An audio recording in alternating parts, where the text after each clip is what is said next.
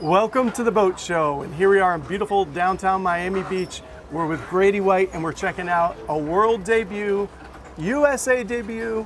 It's the 281 Coastal Explorer from grady-white. We have Christian Carraway here to tell us all about it. How you doing, Christian? I'm doing great. Thanks for coming to see us today. So 281 CE Coastal Explorer is the perfect crossover model, inshore, offshore, fishing features, family-friendly cruising amenities. It's got that grady-white rugged utility blended seamlessly with comfort and luxury. We got to check it out.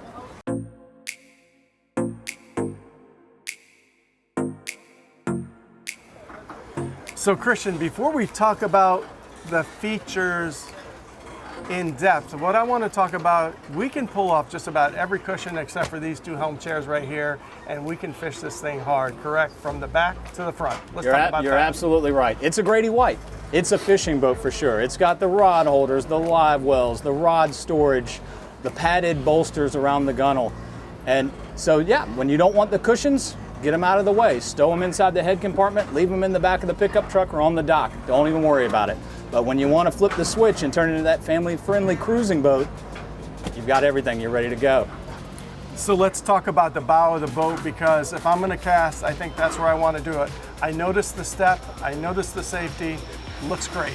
Yeah, so a huge single level casting deck in the front, 2 inserts. They can be removed when you want to have standing access all the way to the anchor locker. But when you want to fish it, lock those inserts down. It's all diamond non-skid just like the floor, and it's single level all the way from the front of the console up to the anchor locker. You can use all that for casting easily, one person off each side, maybe 3 or 4 people casting up there. And yes, it's got that step, so you're comfortably going from the floor up to the bow to the casting deck and then back down again.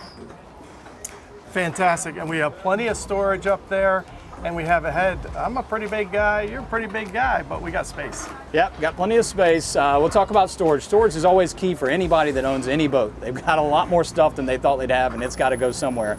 So in the front, we've got 2 insulated fish boxes, 70 quarts apiece, port and starboard. Under the console lounge is a massive 296 quart insulated cooler box.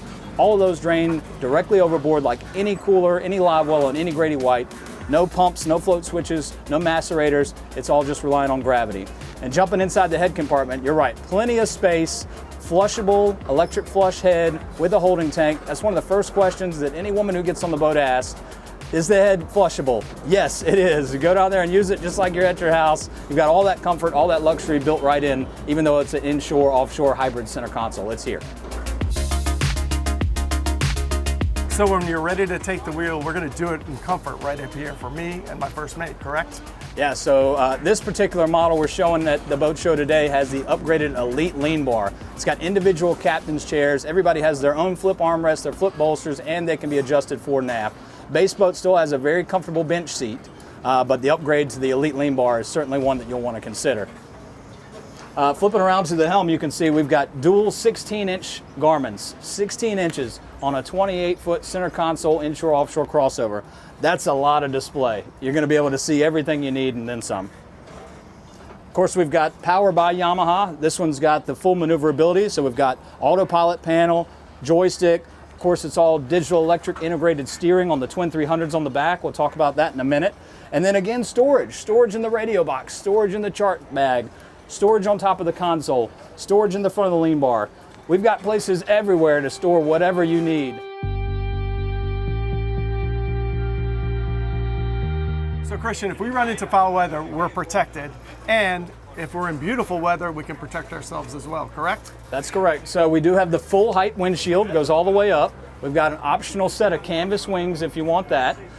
So day like today, take the wings down, you'll get plenty of airflow around the windshield. It's a beautiful thing, but if you get out there and it's a little bit snotty, throw the canvas wings up and you're good to go. So in the front and in the back, I can throw up some shade as well, correct? Shade's important, especially in Miami and South Beach, but really anywhere. Back in the Carolinas, it's the same thing. Of course, we have the shade of the T-top all the time, but in addition to that, we have our easy up bow shade in the front. We have an option, that's an option. We also have an optional electrically extendable sure shade in the cockpit. You can shade the entire 28-foot boat from bow to stern, no problem, very comfortable. So as we step back into the aft end of this boat, again, very family friendly, or we can take the cushions off and fish it hard. That's absolutely right. So what you'll see on the back end is a very versatile arrangement. We've got a bench seat going all the way across, very plush, comfortable cushions and backrests. So when you're running out to your spot, whether you're going out to fish or you're going over to the sandbar, everybody can sit facing forward very comfortably. Now when you get out there, depending on what you want to do, if you're going to fish, take all the cushions off, rotate the backrest out of the way. The center backrest is removable. There's 2 more rod holders that you can use, and you can climb up on that casting deck and fish the heck out of this thing. If you're going over to the sandbar with friends and family, children and grandchildren, leave the cushions in place, rotate the backrest the opposite direction, and now you've got inboard facing lounges. So you can either soak in the sun or extend out the cockpit shade and relax in the shade.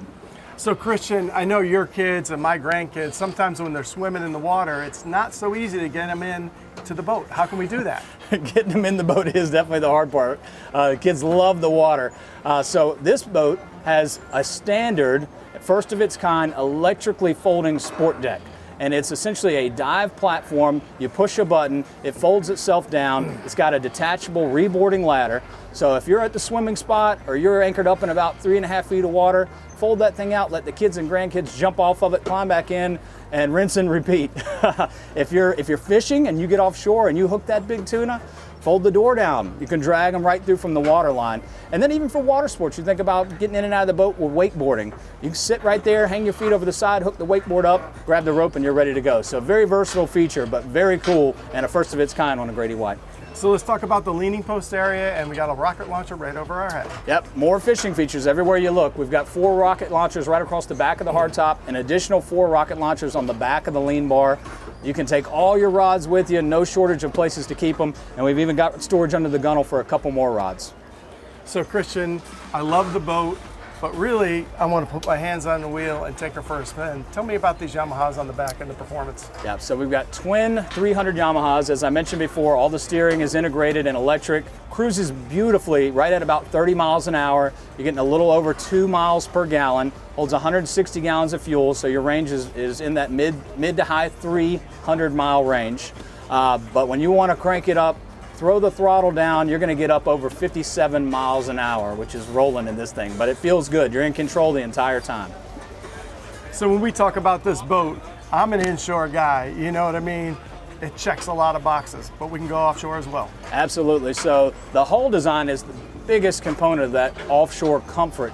And what we've got here is a modified version of our classic legendary CV2 hull design. And what's modified is it's got a little bit less dead rise at the transom. So we start with about 16 degrees of dead rise as compared to around 21, 22 on more of our offshore oriented models. But from there, what makes it unique is it rapidly goes through our typical CV2 progression. So by the time you get it midships and up in the bow, you're still in that 30 to 35 degree dead rise range. So the front still has all that wave cutting ability, all that tracking ability, just like any of our other hulls, proven to be the best in the industry year after year. But in the back now, it's a little bit shallower, so you can go into a little bit less water, only needs about 1.5 feet of water, a little bit more, so you can get in and out of some of those tighter fishing spots. So I want to say that grady-white, the brand, it speaks for itself, and it shows right here. They've been sitting on this boat for a while and chomping at the bit to debut it, so I want to appreciate the showing us around, Christian, and you know this thing is going to absolutely take off. Well, I hope so, and I appreciate the compliments, and we are very excited to be here and glad to have you guys, and we'll see where it goes. Go see the dealer and kick the tires a little bit.